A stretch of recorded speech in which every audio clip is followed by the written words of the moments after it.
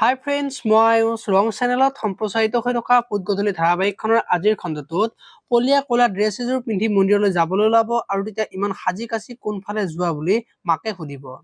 আৰু তেতিয়া পলিয়ে মন্দিৰলৈ যাওঁ বুলি ক'ব আৰু মন্দিৰলৈ যোৱা যদি এইযোৰ কাপোৰৰ সলনি বেলেগ এযোৰ পিন্ধি যোৱা। এই পোচাকযোৰ পিন্ধি তুমি ক'লৈ যাবলৈ লৈছা মই জানিবলৈ বাকী নাই। তুমি নিশ্চয় আমাৰ ওপৰত বেক মেজিক কৰিবলৈ যাবলৈ লৈছা, সেয়া তোমাৰ পোচাকযোৰে স্পষ্টকৈ কৈছে বুলি মাকে ক'ব। আৰু তেতিয়া পলিয়ে মই ব্লেক মেজিকৰ বলত এইখন ঘৰলৈ অহা নাই, আহিছো ঈশ্বৰ আৰু মোৰ মাজত থকা ভাল পোৱাৰ বাবে। আৰু যেতিয়ালৈকে আমাৰ প্ৰেম থাকিব তেতিয়ালৈকে হাজাৰজনে যুঁজ দিলেও আমাক বিচ্ছেদ কৰিব নোৱাৰে বুলি মাকক কোৱা দেখিবলৈ পাব।